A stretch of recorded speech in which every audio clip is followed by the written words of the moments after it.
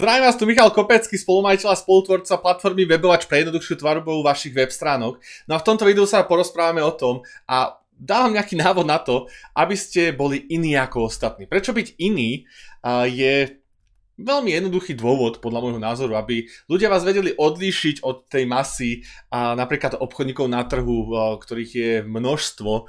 A napríklad podnikáte s plastovými oknami, tak na prvý pohľad, prečo by si mal človek vybrať vás a nie vašu konkurenciu. Čiže v čom ste iní, alebo v čom by ste mali byť iní ako ostatní, aby ste vynikli, aby ste boli možno vnímaní ako ten, od ktorého sa oplatí kupovať a opakovane sa k vám zákazníci vracali. Plus, samozrejme, k tomu odporúčali vás aj ostatným. Dávam tu 4 kroky na to, ako sa môžete odlíšiť od ostatných, aby, ako vravím, ste boli vnímaní ako tí, od ktorých stojí za to nakupovať služby a produkty, samozrejme opakovane, aby ľudia vedeli vás odlíšiť od tej masy.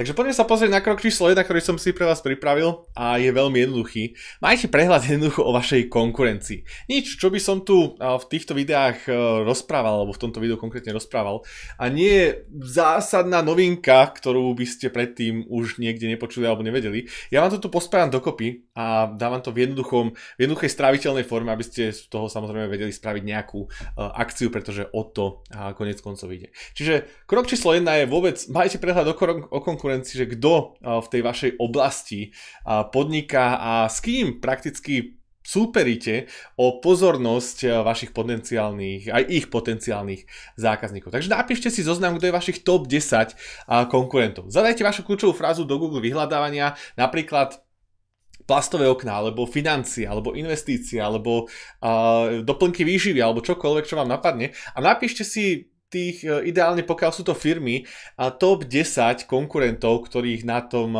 trhu máte. Choďte, prejdite prvú stránku vyhľadávania, druhú stránku, tretiu stránku vyhľadávania a zistite, kto vôbec na tom internete už funguje.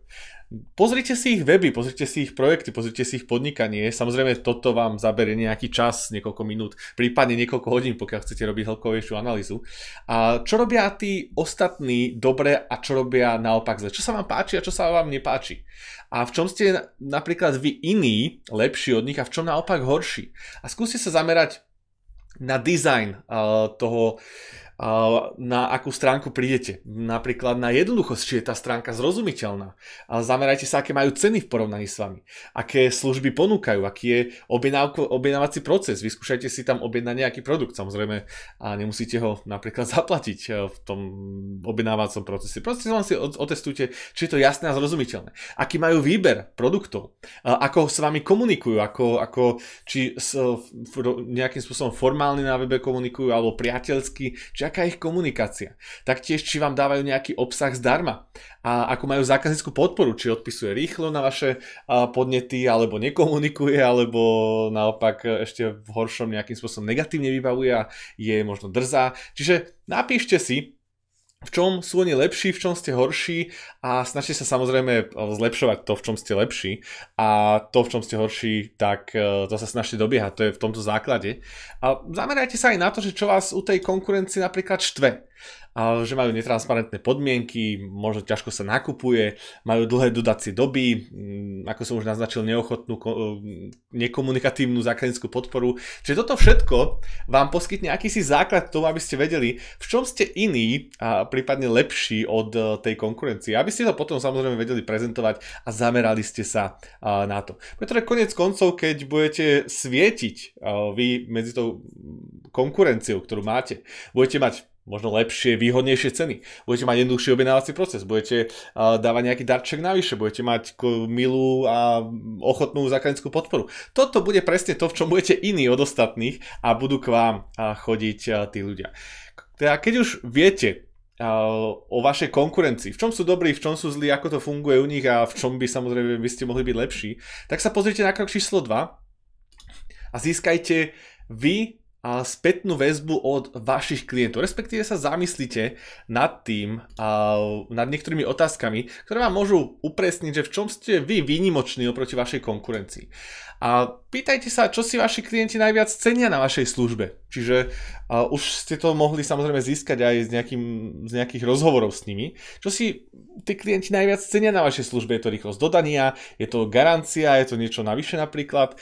Prečo sú dlhodobí klienti ešte stále s vami? Čiže či sa o nich pravidelne staráte, či máte nejaké doplnkové produkty a služby, alebo čo bola tá najmilšia vec, ktorú vám vaši klienti povedali o tom, akým spôsobom vediete váš biznis. Napríklad vždy ste im vyhoveli, dali ste im priateľskú radu a tak ďalej a tak ďalej. Mám tu pre vás niektoré nápady k týmto otázkam, aby ste samozrejme netápali niekde v teórii. Napríklad najviac na vás cenia či už vaši noví zákazníci alebo existujúci zákazníci, že s nimi komunikujete. Pretože toto nie je samozrejmosť. Alebo že dávate im niečo navyše. Alebo ste im poslali nejaký darček k ich objednávke. Alebo nejaký ďakovný dopis. Zavolali ste im po kúpe. Alebo ste im dodali veci skôr ako ste mali. Napríklad mali ste dodať dobu 3 dní a dodali ste im to na ďalší deň. Alebo ste im poradili bezplatne na vašom blogu alebo cez video alebo na vašej zákazníckej podpore. Čiže zamyslite sa, v čom ste vy konkrétne iní už teraz a čo by ste mali komunikovať viac, či už na svojom webe, alebo na čo by ste sa mali zameriavať. Krok číslo 3. Vyberte si, keď už viete, v čom zhruba ste iní, tak vyberte si, v čom sa chcete odlišovať. A nie, tu mám napísané, že v cene. Čiže nejde o to, aby ste boli lacnejší ako vaša konkurencia, pretože lacnejší môže byť vždycky len jeden. A keď ste lacnejší, to znamená, že musíte niečo robiť s vašimi maržami a keď máte nižšie marže, a respektíve nejaký rozdiel medzi nákupom a predajom, tak musíte toho predať viacej a sekáte náklady, možno neplatíte zamestnancov a tak ďalej a tak ďalej. Čiže odlišovať sa v cene nie je to najlepšie kritérium. Rozmýšľajte nad všetkými tými ostatnými vecami. Pretože ako vravím, najlacnejší môže byť len jeden. A častokrát, ja to hovorím minimálne zo svojich vlastných skúseností, zaplatím aj drahšiu cenu v porovnaní s nejakou konkurenciou, pokiaľ mám nejaký ten vzťah vybudovaný s tým, od ktorého to kupujem, pošle mi niečo navyše, milo so mnou komunikuje, všetko je vždycky na čas, žiadne problémy. To, že má ten druhý niečo lacnejšie, ešte neznamená, že bude aj lepší v tých ostatných veciach. A nie každý sa rozhoduje podľa ceny. Takže keď už viete, v čom ste iní ako ostatní, tak si vyberte, v čom sa chcete a v čom by ste sa radi odlišovali. Alebo na druhej strane, ak ste není v ničom iní ako ostatní do tohto momentu, tak sa rozhodnite preto, v čom chcete byť iní a v čom chcete byť lepší a čo chcete, aby svietilo z toho vášho podnikania na tých vašich zákazníkov. Dám vám tu opäť niekoľko nápadov, od ktorých sa môžete odraziť, čiže vyberte si, a v čom sa chcete odlišovať. Napríklad chcete tým ľuďom dať lepší zážitok z nákupu. Napríklad im zabalíte ten ich nákup do nejakého pekného púzdra, krabičky, aby z toho mali zážitok. Alebo im po kúpe vášho produktu alebo služby pošlete kartičku s poďakovaním. Čiže aby mali lepší zážitok z nákupu. Toto opäť, nie je žiadna samozrejmosť, toto je skôr obrovská výnimka, keď také niečo dostane. Ja sám také niečo robím, takže viem, ako na to tí moji klienti reagujú. Toto je niečo, v čom sa budete odlišovať. Aj keby ste mali rovnakú cenu, aj keby ste mali úplne rovnaký produkt, ako má vaša konkurencia, tak taká drobnosť ako obal produktu, nejaký spôsob dodania, kartička s poďakovaním, alebo ďakovný telefonát, alebo prieskum spokojnosti, to nechcem nazvať, ale telefonát s pogratulovaním alebo poďakovaním ku kúpe, keď máte k tomu možnosť alebo nejaké drahšie produkty. Nehovorím, že bude si kúpovať niekto u vás skrutku za pár centov a vy budete poslať kartičky s poďakovaním. Samozrejme tomu prispôsobte aj produkt, službu a tak ďalej. Tam môžete využiť iné odlišnosti. Napríklad môžete si vybrať, že dáte tomu človeku extra darček. Keď, čo mi hneď napadne, tak keď si niekto kúpi napríklad kvety, tak môžete mu dať možnosť spraviť nejaké krátke videjko, video pozvánku alebo video poďakovanie tomu človeku, alebo máte možnosť pridať tam pesničku, ktorú chcete poslať s tými kvetmi. Čiže nejaký extra darček, ktorý pribalíte, ale častokrát vás nemusí nič extra stáť k tej vašej k tej objednávke toho človeka. Alebo dáte vyššiu hodnotu za tú istú cenu. Opäť pribalíte tam niečo extra. Napríklad ja osobne, keď tvorím moje online kurzy, tak sa snažím za tú istú cenu pridať tam ešte nejaký bonus, ďalší bonus, ktorý si môže pozrieť nejaké video alebo môže získať tú službu aj vo fyzickej forme alebo môže prísť na seminár. Čiže snažte sa dávať vždy niečo navyše, pokiaľ je to vaša cesta. Alebo sa môžete rozhodnúť pre poštovné zdarma, ak vám to vychádza. Na tomto napríklad môj kamarát Lukáš Mikuláško rozbehol svoje internetové knihkupectvo, že síce áno, mal o niečo drahšie knihy, ako mali ostatní, ale kompenzoval to tým poštovným zdarma. A pretože ja tiež osobne, keď si idem kúpovať nejakú knihu, tak vidím za 10 €, ale poštovné ma môže stať kľudne 2,50 a zrazu ma ten nákup stojí 12,50. Ale keby som tam mal na stránke poštovné zdarma a mám tam rovno kniha za 12 €, tak viem, že ma to bude stáť 12 €. Je to taký drobný rozdiel, ale v tom nákupnom procese sa aj takéto body rátajú. Čiže na tomto napríklad Lukáš Mikuláško vybudoval svoje knihkupectvo, internetové knihkupectvo upbook.sk. Taktiež si napríklad vyberte, že budete rýchlejšie dodávať vaše produkty či služby. Napríklad v rámci nejakého mesta ich môžete dodávať do pár hodín, alebo ich budete posielať prvou triedou, nie druhou triedou. Čiže toto všetko si zvážte, v čom môžete byť iní ako vaša konkurencia. Napríklad, keď oni majú pomalé dodacie doby, tak i vy sa sústredíte na rýchlosť dodania. Naopak, keď oni sú príliš rýchli v dodávaní, tak vy sa sústredíte na úplne iný benefit. Taktiež sa môžete rozhodnúť, že budete iní v tom, že sa budete zaujímať o klienta aj po kúpe. Ako som už naznačil, zavoláte mu po kúpe alebo sa mu pripomeniete o 2-3 mesiace. Či je spokojný, či produkt využíva, či má niekoho, kom by vedel, že by sa mu produkt zišiel. Čiže zaujímajte sa o ňom aj po kúpe, bez snahy, aby ste mu niečo predali. Zákaznícka podpora, napríklad rýchla, keď ja píšem, ja si tiež objednávam veci cez internet a sledujem aj ostatné online biznisy.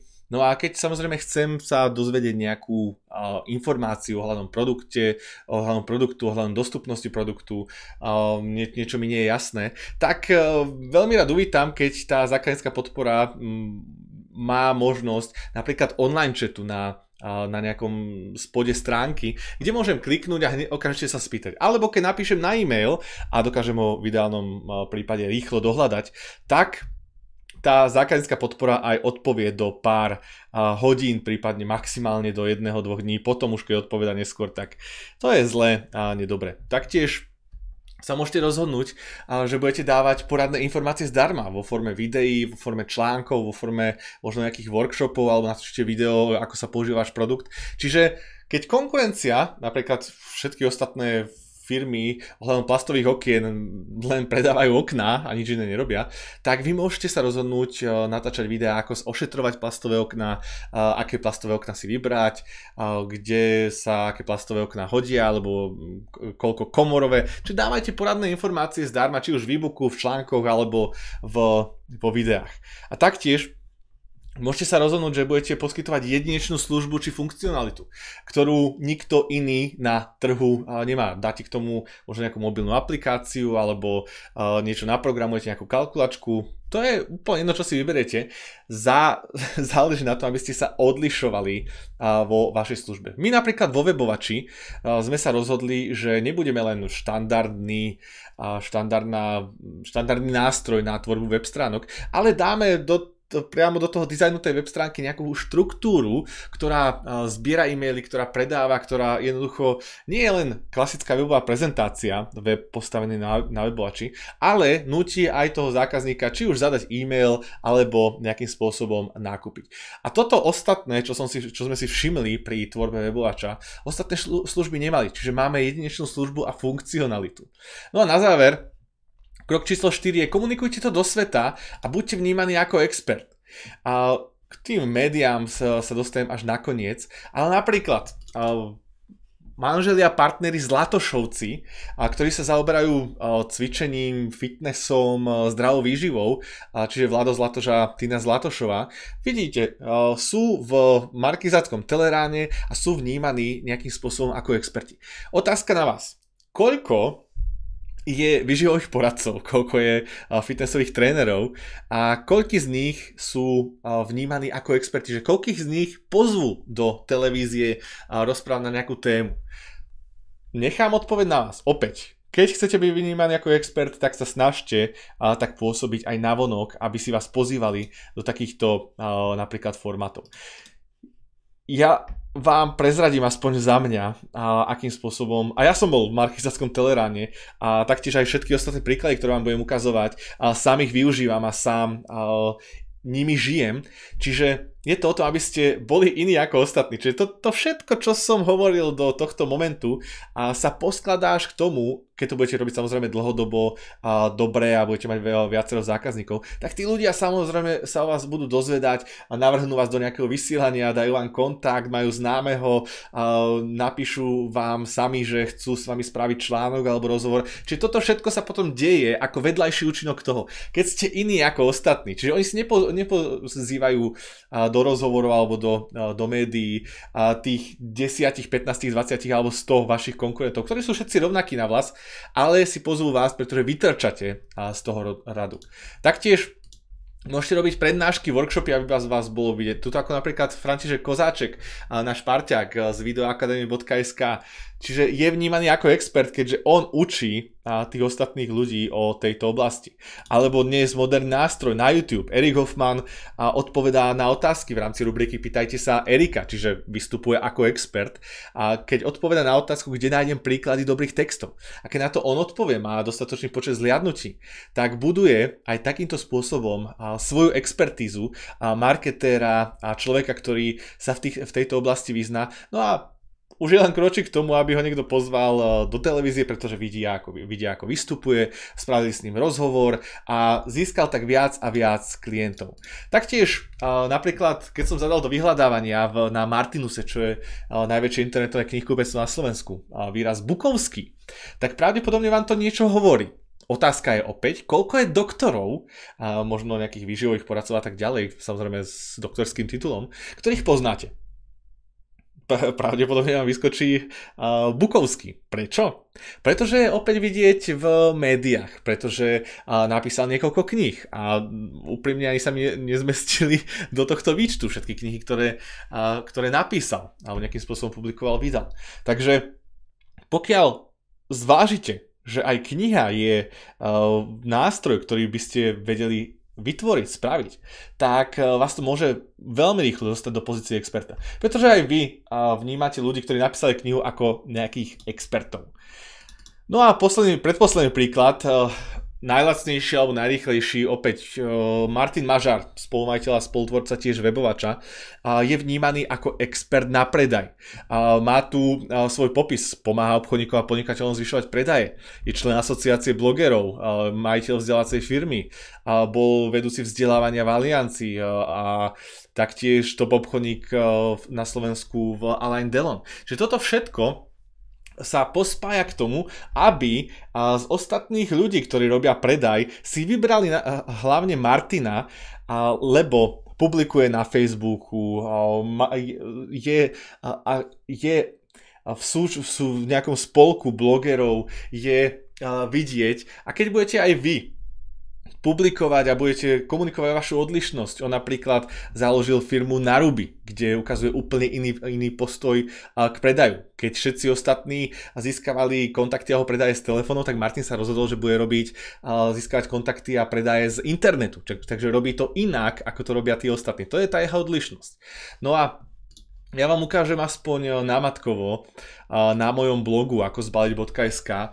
Keď kliknete o nás, kto sme, tak ja tiež ukazujem tú svoju expertízu nejakým spôsobom. Okrem toho, že sa odlišujem tým, že chlapov neučím, ako baliť tie baby na nejaké naučené finty, triky a a techniky, tak ich učím skôr tomu, aby boli oni schopnejší a príťažlivejší chlapi a makali na sebe a naučili sa ženy priťahovať prirodzene tým, akí sú. Takže toto je to, v čom som ja iný ako všetci ostatní konkurenti. Tým pádom, že som tvoril aj obsah, mal som jedinečný dizajn, komunikáciu, darčeky klientom, zavolal som im po kúpe, staral som sa o nich. Čiže všetky tieto praktické informácie, ktoré som vám dával, aj rýchlosť dodania, poštovné zdarma, nejaká nadštandardná garancia, tak som využíval až k tomu, že mi začali same písať médiá, pozývať ma do rôznych vysielaní, do Reflexu, písať o mne články, či už PR články, alebo robiť so mnou rozhovory v rôznych médiách a aktivity, ktoré robím, sa šíria aj navonok. Otázka je, koľko je chlapov, ktorí nejakým spôsobom učia ostatných chlapov ako na ženy? No, je ich viacero, ale prečo ja svietim pomedzi ostatných? A teraz nechcem, aby to pôsobilo ako chválenie, ale chcem vám ukázať, že to, čo vám radím v tomto článku alebo v tomto videu, tak sám tým žijem, aj to z mojich vlastných skúseností. Aj ostatní ľudia, ktorých som vám tu ukazoval, využívajú tieto informácie k tomu, aby sa odlišovali od všetkých ostatných a práve oni boli tí, pre ktorých sa rozhodujú zákazníci. Práve oni boli tí, pre ktorých sa rozhodujú médiá a aby ich pozývali do svojich magazínov alebo vysielania. No a samozrejme mali spokojnejších a spokojnejších klientov. Čiže buďte iní ako ostatní, rozhodnite sa, čo je to pre vás. Pochopte, čo robí konkurencia, v čom ste iní, lepší, horší a snažte sa samozrejme dobehnúť ich, pokiaľ ste v niečom horší. A získajte spätnú väzbu od vašich klientov, aby ste vedeli, v čom už teraz ste nadštandardne dobrí a rozhodnite sa, v čom chcete sa vy odlišovať. Ideálne samozrejme v čo najviac veciach, aby vás konkurencia veľmi ťažko okopírovala a veľmi ťažko dobehla. Pretože povedzme si na rovinu, pokiaľ budete konkurovať len cenou, a budete sa len tým odlišovať od konkurencie. Ako náročné, otázka, je okopírovať vás. Čiže ako náročné je možno podliesť vašu cenu. No a hľa, a už nie ste iní, ako boli ostatní. Ale služby, nadštandardné služby, zážitok z nákupu, rýchla zákaznícka podpora, poradné informácie zdarma, nejaká jedinečnosť, extra darček, záujem o klienta. Toto sú veci, ktoré sa veľmi ťažko okopírujú a v tom prípade, keď už toto nabehnete na rozbehnutý vlak, tak už konkurencia bude mať veľmi ťažké chvíle, aby vás nejakým spôsobom dobehla. To, či aplikujete tieto informácie do praxe u vás, je samozrejme na vás, ale napíšte mi dole do komentárov, v čom ste podľa vás vy iní, ako sú ostatní, čo je tá vaša odlišnosť, tá vaša unikátna vlastnosť. Napíšte mi dole do komentárov, či už si to uvedomujete teraz, alebo respektíve čo by ste chceli u seba zapracovať, aby ste sa odlišili od ostatných. Napíšte mi dole do komentárov a užite si deň a zapracujte tieto informácie do praxe.